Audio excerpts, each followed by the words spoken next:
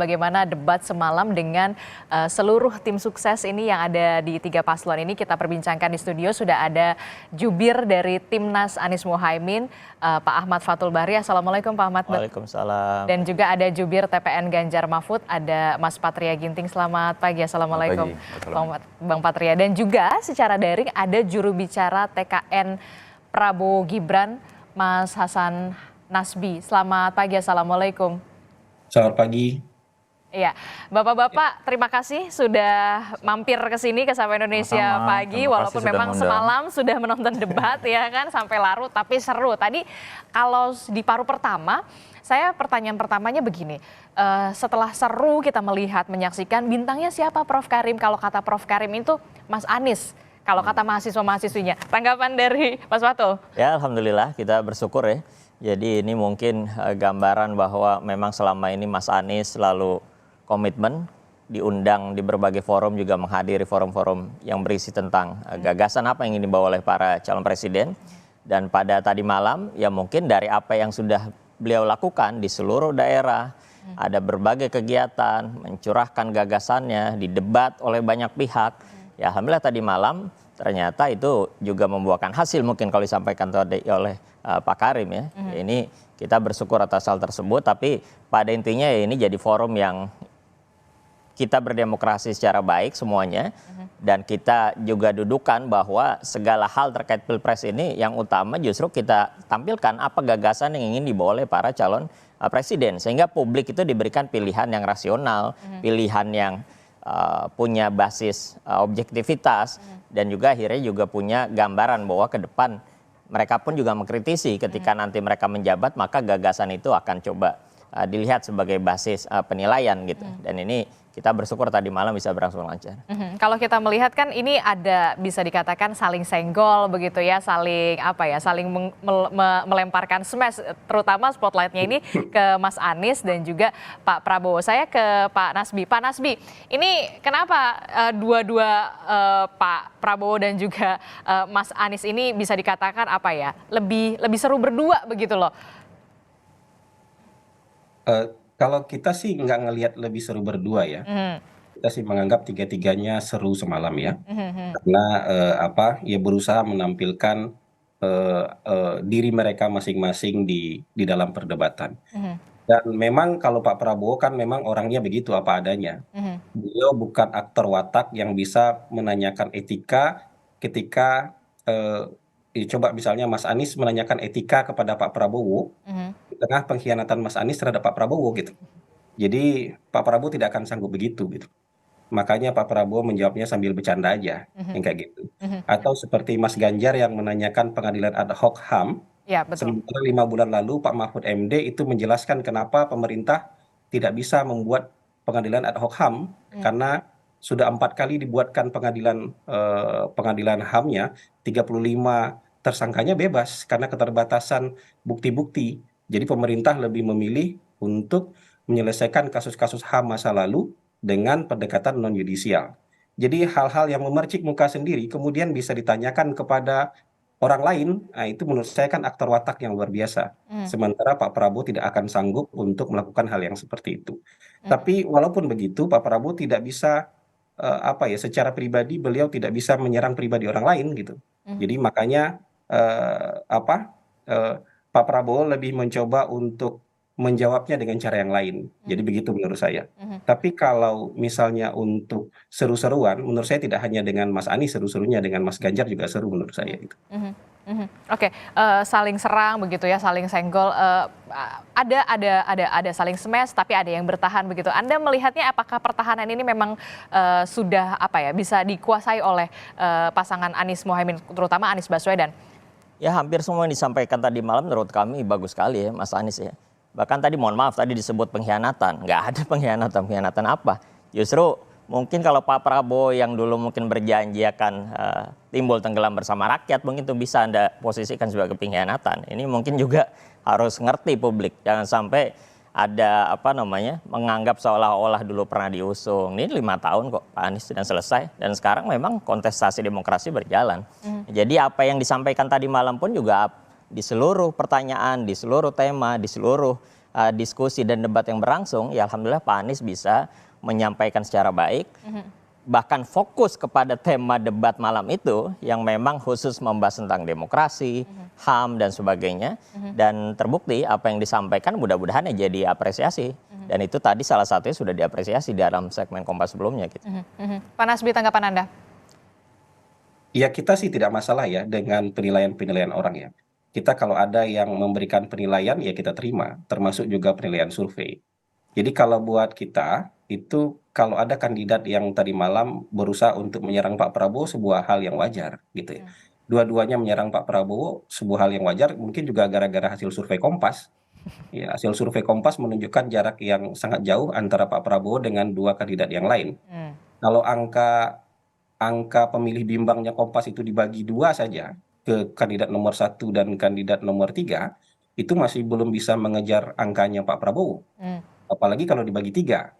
Kalau dibagi 3 sama rata, angka Pak Prabowo udah sampai 48% itu. Jadi itu mungkin yang menyebabkan kandidat lain memang punya semangat yang sangat tinggi untuk untuk menyudutkan Pak Prabowo. Tapi bagaimanapun menurut saya hal itu sebuah hal yang biasa saja dalam perdebatan.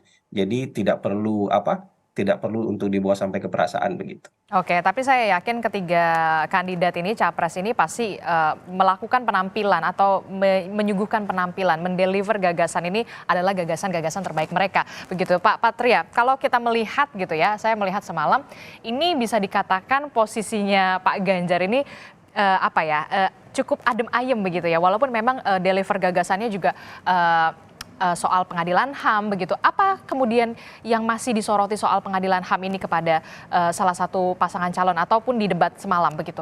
Nggak, sebenarnya gini, ini juga tadi pasca debat ini mirroring ya apa yang tadi debat tadi malam, karena barusan saya ngerasa kok duanya asik sekali nih gitu kan. Saya juga menikmati aja. Tapi kami dari TPN Ganjar Mahfud poinnya begini, di tengah drama yang ada atau dianggap drama tadi itu, bahwa kami senang calon kami Pak Ganjar fokus berbicara kepada rakyat melalui forum debat kemarin malam. Karena memang intinya debat ini adalah pertanggungjawaban kepada rakyat, ini loh calon pemimpin yang nanti akan dipilih oleh rakyat. Nah, dari situ kelihatan aslinya, benar seperti kata kedua narasumber lain, aslinya jadi kelihatan semua.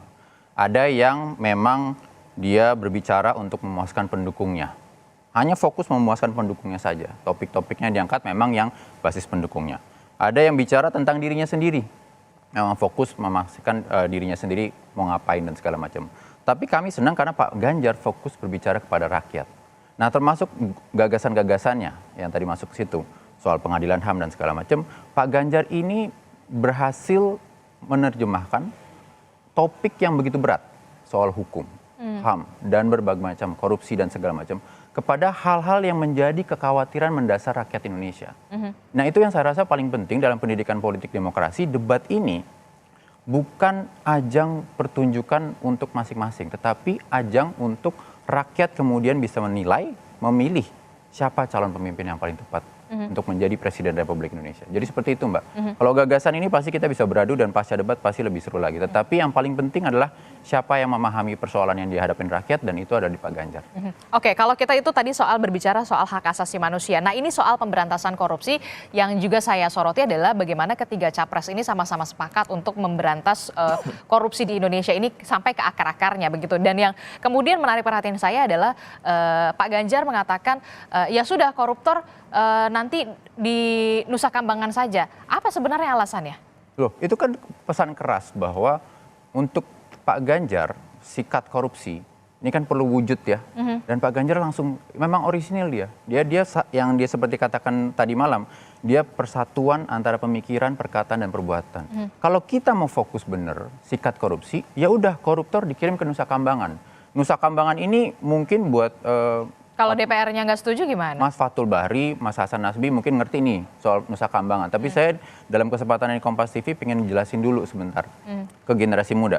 Nusa Kambangan ini penjara paling serem, paling terisolir. Jadi apa artinya? Itu adalah Pak Ganjar serius. Kalau ada koruptor kita langsung asingkan, kita langsung kirim ke mereka ke penjara paling serem.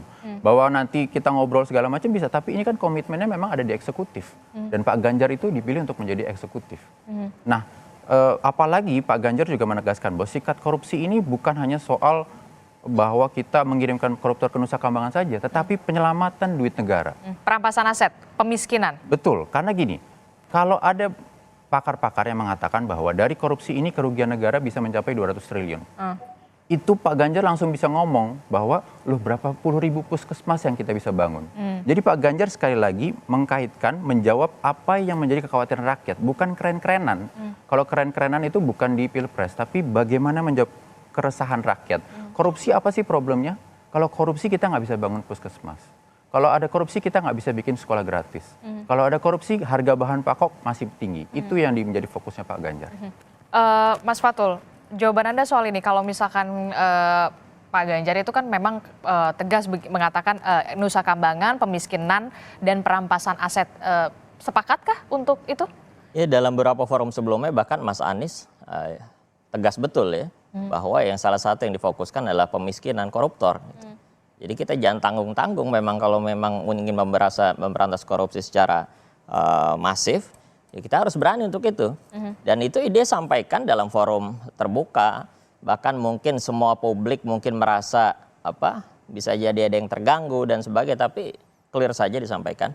Dan memang ya apa yang terjadi di Indonesia sekarang kan banyak sekali penurunan dalam aspek itu ya.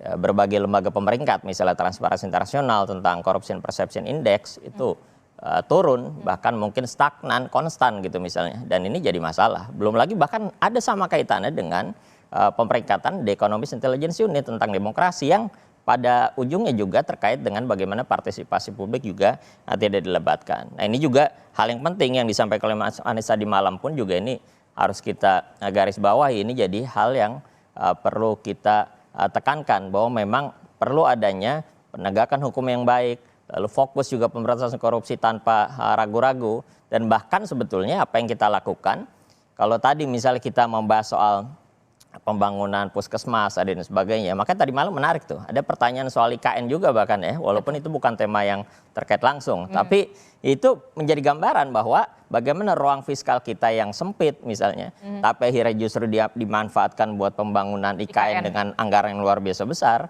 Itu kan contoh gambaran bagaimana kebijakan pun juga punya prioritas. Sehingga bukan hanya aspek tadi korupsinya kita tekan betul, tapi aspek prioritas pembangunan, prioritas dalam pengembangan APBN kita ini untuk sesuatu yang lebih fokus. Nah ini juga menjadi hal yang penting untuk disampaikan ke publik, dan tadi malam walaupun itu bukan tema karena ditanyakan ke Mas Anies akhirnya terjawab gitu gambarannya. Pak Nasbi, pandangan Anda soal pemberantasan korupsi, kalau singkat saja, karena kan kalau sudah ada jawaban masing-masing dari tim sesnya Pak Anies, kemudian Pak Ganjar. Nah kalau dari pasangan Prabowo Gibran sendiri seperti apa begitu untuk ketegasan pemberantasan korupsi, jangan sampai kemudian pemiskinan, perampasan aset ujung-ujungnya aturannya mental di Senayan.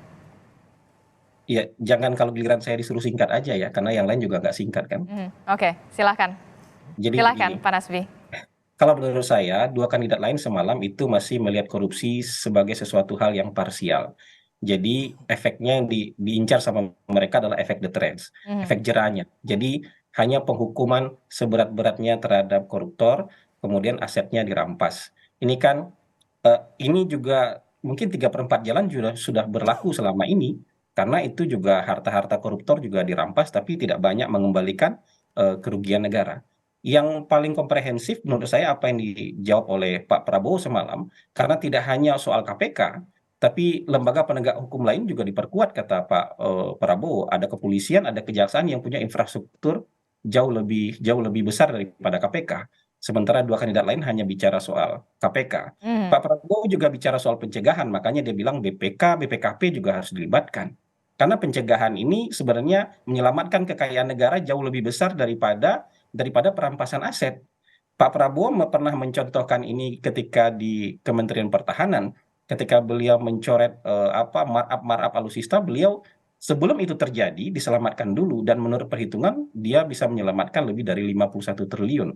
Bayangkan ya, sepanjang tahun kejaksaan bekerja itu bisa menyelamatkan 22 triliun, tapi satu kementerian ketika bisa mencegah yang markup dan korupsi itu bisa bisa menyelamatkan kekayaan negara lebih dari 51 triliun. Jadi yang seperti itu menurut saya memang pemberantasan korupsi tidak hanya pekerjaan satu super body, ya, harus pekerjaan bersama-sama, dan itu harus dipimpin langsung oleh kepala negara, begitu. Oke, itu tadi kita membahas soal bagaimana hukum, HAM, kemudian pemberantasan korupsi. Nah, ini juga yang kemudian menjadi perhatian adalah Pak Nasbi, Pak Fatul, dan juga Pak Patria, adalah soal bagaimana masih tingginya undecided voters.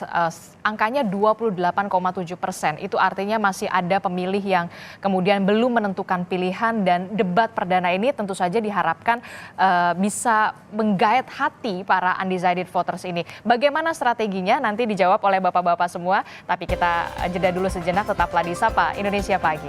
Bahas soal debat perdana yang semalam ini berlangsung bisa dikatakan seru begitu ya. Bagaimana ketiga capres ini mendeliver gagasan-gagasan mereka, masih bersama 3 tim sukses dari pasangan calon presiden dan juga calon wakil presiden. Nah, ini saya ke pasangan nomor urut 1 dulu sesuai dengan urutan begitu ya, Mas Fatul.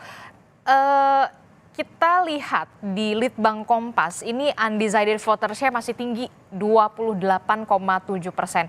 Di debat perdana kemudian seru, bagaimana strategi untuk pasangan Amin ini untuk bisa menggait pemilih undecided voters yang belum menentukan pilihan mereka, seperti apa strategi-strategi dari pasangan Amin? Karena ini masih ada 4 kali lagi untuk debat. Ya, sebelum ke sana tadi saya nambahkan sedikit dulu ya, bukan debat nih, nambahkan aja nih. Jadi kalau yang tadi aspek deterrence ya, nggak juga. Bahkan tadi malam pertanyaannya soal itu kan Mas Anies menjawab bagaimana salah satunya memberikan insentif kepada para masyarakat yang berpartisipasi untuk menjaga korupsi. Nah, bahkan mungkin kalau secara implisit pun juga soal orang dalam itu kan juga gambaran bahwa selama ini banyak sekali korupsi itu hadir karena adanya orang dalam. Makanya yang penting disebutnya ordal. sampai posisi puncak pun juga ordal juga gitu. Nah, itu mungkin pertama.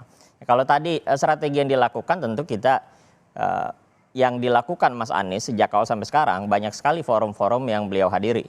Dan itu forum yang memang secara umum karena forum gagasan memang lebih banyak untuk orang-orang yang selama ini mungkin belum berpikir siapa yang akan mereka pilih. Begitu juga dengan forum-forum lain yang kita buat, misalnya yang komunitas buat seperti Desak Anies misalnya, lalu Caimin ada Selepet Imin misalnya. Nah, itu salah satu upaya kita untuk menggrab tuh bagaimana anak muda yang selama ini mungkin banyak dinilai banyak pihak belum ada pilihan misalnya, belum tahu siapa yang akan mereka pilih, dan mereka perlu mendengar gagasan dari orang-orang yang akan mereka pilih. Nah, itu kami lakukan, sehingga ya tentu harapan kami apalagi ada debat 5 kali nanti, mudah-mudahan Bisa 4 kali berarti. mudah-mudahan bisa jadi gambaran undecided voters ini sudah punya pilihan. Ya kalau misalnya melihat tadi malam pun ya alhamdulillah kan pelan-pelan beberapa data, ada data drone emprit misalnya, ataupun tadi Mas Karim juga bilang seperti itu. Ini ada partisipasi masyarakat, lalu mereka punya apresiasi terhadap Anies, dan mudah-mudahan ini jadi gambaran bahwa nanti ketika pemilu mereka akan memilih Anies Baswedan, walaupun mungkin saat ini sebelumnya diposisikan nomor 3, tapi Litbang Kompas sudah mulai naik nih, kita jadi nomor 2 misalnya. Ya, mudah-mudahan nanti lolos putaran kedua dan kembali menjadi nomor 1, menang seperti dulu di DKI Jakarta, rebound gitu. Dan ini mudah-mudahan terwujud. Oke, Mas Nasbi, kalau kita lihat juga tadi sudah mengatakan dari pasangan urut 1 ini ada Desak Amin, kemudian Selepet Imin begitu untuk kemudian strateginya Desak Anies, maaf, untuk strategi menggait apa ya bisa dikatakan undecided voters yang menurut Litbang Kompas angkanya masih tinggi 28,7%. Nah, untuk pasangan Prabowo Gibran ini strateginya seperti apa untuk kemudian menggait undecided voters ini, Mas Nasbi? Ya, maksud saya tidak ingin mengkritik data Kompas soal undecided voters ya. Karena banyak pollster lain juga punya angka yang belum memberikan pilihan itu di angka di bawah 5% gitu. Tapi oke lah, kita bicara tetap ada orang yang masih bimbang dan ragu. Dan menurut saya angka itu pasti ada. Pasti. Cuman angkanya saya nggak yakin di atas 10%. Kalau melihat tren data survei yang ada selama ini. Nah, menurut kami debat ya, forum-forum ilmiah adalah salah satu dari mungkin belasan atau puluhan cara untuk mendekati masyarakat. Ya kan? Ada masyarakat yang ingin didekati dengan cara misalnya lewat adu debat gitu. Dan kita penuhi itu. Ada masyarakat yang misalnya pengen hanya sekedar ketemu. Ada masyarakat yang hanya mungkin sekedar bertegur sapa, sekedar foto-foto. hanya sekedar ingin mendapatkan kesempatan untuk bersama dan beramah tamah dengan kandidat. Ada banyak juga yang seperti itu. Jadi menurut saya dari sekian macam cara debat adalah salah satunya. Dan kita juga tahu sebenarnya berapa misalnya persentase masyarakat yang memang menunggu debat ini untuk memutuskan pilihan. Dan menurut kita itu tetap harus dioptimalkan untuk bisa misalnya untuk bisa menang satu putaran. Jadi menurut saya debat ini sangat penting ya, sangat penting karena menurut kita untuk menggenapkan menang satu putaran ya debat ini harus dioptimalkan untuk menggayat kalau misal menurut data kita mungkin sekitar 5% orang yang masih belum bisa diidentifikasi pilihannya apa. Kalau saya selalu menyebutnya itu sebagai unidentified voters, bukan undecided voters. Karena ini sebenarnya hanya keterbatasan kemampuan pollster untuk menggali pilihan-pilihan masyarakat. Karena di berbagai pollster kan angkanya beda-beda. Masa angka undecided voters beda-beda kan nggak seperti itu. Ini hanya keterbatasan pollster untuk mampu menggali pilihan responden. Ada pollster yang mampu menggali pilihan responden sehingga angka unidentified votersnya tinggal 8% misalnya. Atau ada yang tinggal 5%. Tapi ada yang mungkin karena tekniknya berbeda, angka unidentified votersnya sampai 28%. Gitu. Jadi menurut saya begitu. Tapi menurut saya yang sekarang itu yang akan berpindah itu nggak banyak lagi. Ya, yang akan bermigrasi itu nggak banyak lagi. Sebagian besar masyarakat sudah memutuskan pilihan jauh-jauh hari. Jadi mungkin kita akan berebut maksimal sekitar 10% aja untuk orang-orang yang akan berpindah. Karena banyak orang yang menyandarkan pilihannya ya kepada pilihan-pilihan tokoh misalnya.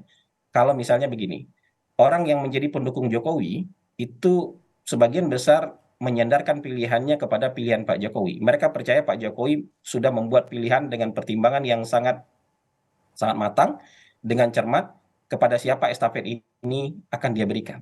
Orang yang menjadi pendukung loyalnya Pak Prabowo, ya, itu sampai hari ini masih percaya dengan apa yang dijalani oleh Pak Prabowo. Ya, orang yang benci dengan Pak Jokowi, ya, tapi tahun 2019 memilih Pak Prabowo karena nggak ada pilihan lain, sekarang sudah memilih Mas Anies. Orang yang tidak suka dengan Pak Prabowo, dengan sejarahnya Pak Prabowo, tapi karena nggak ada pilihan lain dia menjadi pemilih Pak Jokowi, hari ini dia sudah memilih Mas Ganjar. Jadi menurut saya perpindahan-perpindahan ini tidak begitu banyak lagi, bahkan di kalangan terdidik sekalipun. Gitu. Oke, kalau menurut pandangan dari Mas Nasbi ini tidak terlalu banyak ya akan ada perpindahan-perpindahan suara, sudah banyak orang yang kemudian menetapkan pilihannya begitu. Nah, kalau dari pasangan Ganjar Mahfud sendiri seperti apa strateginya bisa menggrab begitu undecided voters yang angkanya 28,7%? Jadi kalau yang belajar pemilu ya, sebenarnya tahu bahwa walaupun angka terpapar depan kita segala macam, sampai nanti hari di TPS, bohong kalau ada tim yang nggak deg-degan. Semuanya pasti nggak bisa memperkirakan secara tepat apa yang akan dicoblos oleh rakyat. Karena tetap penentuannya di 14 Februari. Pasti semua deg-degan. 1, 2, 3 semua pasti deg-degan. Nggak ada yang nggak deg-degan. Dan di sini saya ingin sampaikan bahwa kita harus menghargai rakyat suaranya. Jangan kita anggap remeh. Kalau undecided itu artinya masih menunggu. Jadi masih ngelihat siapa paslon yang bisa menjawab kekhawatiran mereka.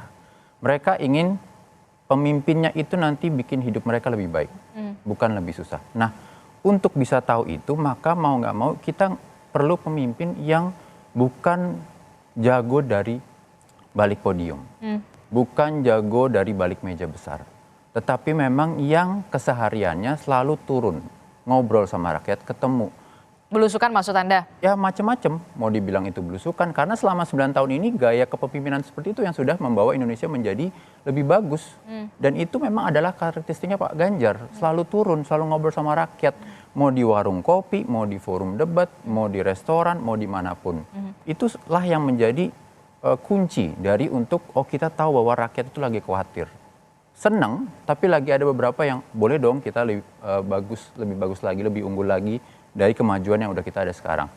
Di situ saya rasa jadi kuncinya Pak Ganjar menyerap aspirasi rakyat, dan kemudian beliau dengan pengalaman 10 tahun di Jawa Tengah berhasil menerjemahkannya. Makanya tadi seperti umpamanya kita bicara tentang penyelamatan keuangan negara dari korupsi segala macam. Beliau tidak ngomong soal itu sayang sekali mungkin waktunya. Tapi beliau sudah menerapkan e-budgeting, e-planning yang di Jawa Tengah selama mungkin 10 tahun sudah berhasil menyelamatkan sekitar 1,2 triliun rupiah untuk kemudian dialokasikan untuk hal-hal yang berpengaruh pada kehidupan rakyat. Dan inilah yang kemudian menjadi kunci untuk bagi kami memenangkan undecided voters. Bahkan kita juga bisa ngomong swing voters ya. Nah itu, kalau kita memenangkan, kita dengerin mereka. Kalau swing voters kan masih goyah nih ngelihat dulu nih isu ya, kau yang ini bagus nih, yang ini normatif. Itu kalau swing voters begitu. Itulah yang kemudian juga menjadi PR tentunya ya. Makanya tadi saya bilang bohong kalau ada tim yang nggak deg-degan sampai hari terakhir. Pasti sampai detik terakhir tuh pasti masih deg-degan. Bener nggak nih? Bener nggak nih? Bener nggak nih? Jadi ayo mari kita semua fokus sama rakyatnya. Apa yang lagi menjadi kekhawatiran mereka. Dan situlah nanti kita akan tentukan masa depan Indonesia ini. Dan kami percaya kita bisa menjadi lebih unggul dengan kepemimpinan Pak Ganjar. Oke, terakhir masing-masing ya harus punya proporsi yang sama. Pasangan dari Mas Anies dan juga Pak Muhaimin ini untuk persiapan di debat kedua. Ya kalau debat sih insya Allah siap terus ya. Gaya komunikasi politiknya masih akan sama seperti debat yang perdana semalam. Tetap beradab gitu, elegan, fokus dan sebagainya. Tapi tadi menarik yang disampaikan ya, kita juga melihat bahwa apa yang dilakukan sekarang kan Mas Anies nih kemana-mana keliling bukan hanya